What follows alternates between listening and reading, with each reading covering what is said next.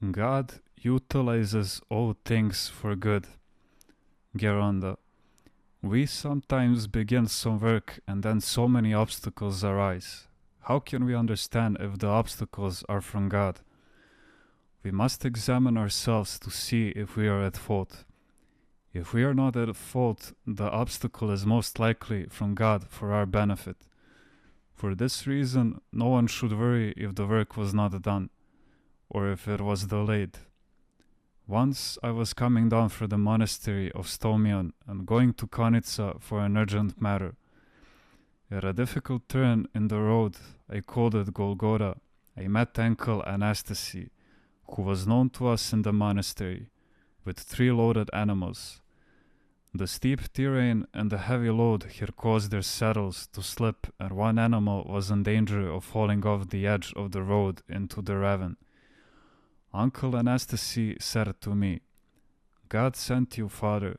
I helped him unload and reload the animals and put them back on the road, and I left them. After continuing on my way for a considerable distance, I reached a point where a mudslide had just taken place, covering about 300 meters of the road. Trees and rocks had fallen down into the river. If I had not delayed my journey, I would have been there precisely at the time the mudslide took place.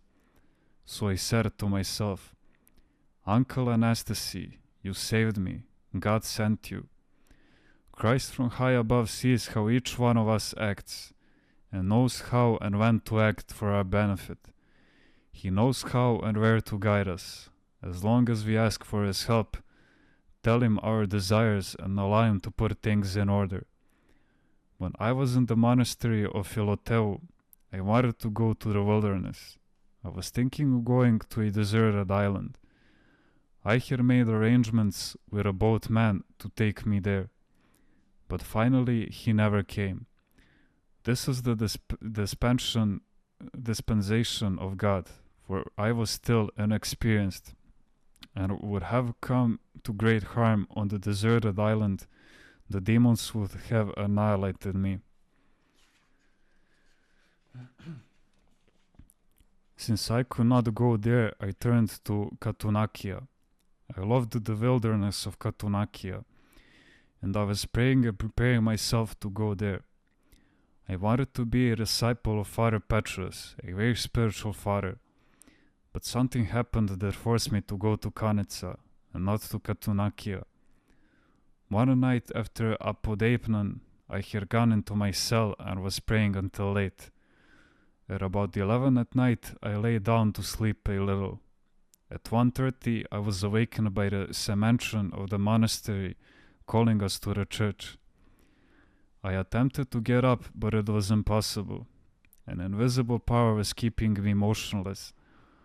I realized that something was happening. I was kept motionless on the bed until 12 noon.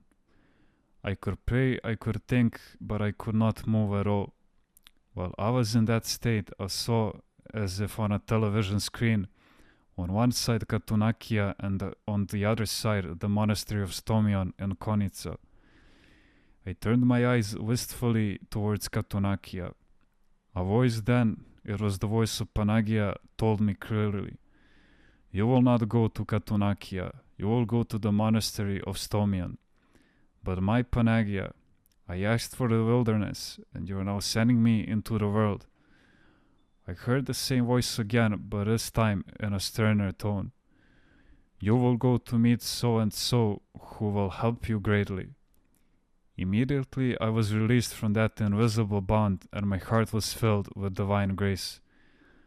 Later I went and confided this matter to my spiritual father, and he told me that this was the will of God. He also advised me not to speak about this event, but to go, saying that for health reasons I was coughing blood at that time.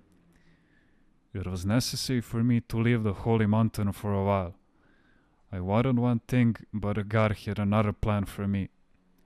I thought it was God's will for me to go there and help restore the monastery, and thus fulfill the vow I had made to Panagia during the war. I had said then, "Panagia, Help me become a monk, and I will work for 3 years to rebuild your burned out monastery. As proven later by the events, the main reason for Panagia sending me there was to help the 80 families who had become Protestants to return to the Orthodox Church. God will often allow things that are for the benefit of the many to happen. He never does one single good alone, but several good things together. Nor does he allow some evil to occur unless many good things are meant to come out of it. God uses everything for our benefit, including the bad and the dangerous. The good is mixed with the bad. It would have been good if they were separated, but when personal interests enter into the picture, they get mixed.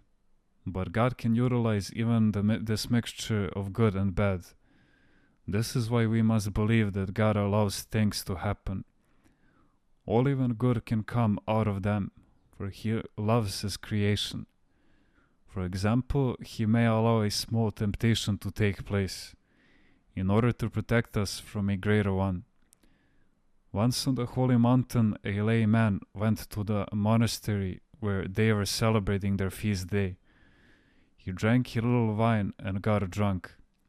When he left the monastery, he fell down on his back, and as it was snowing, got covered by the snow.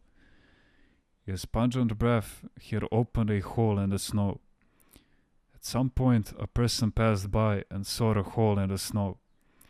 "What's this, a spring?"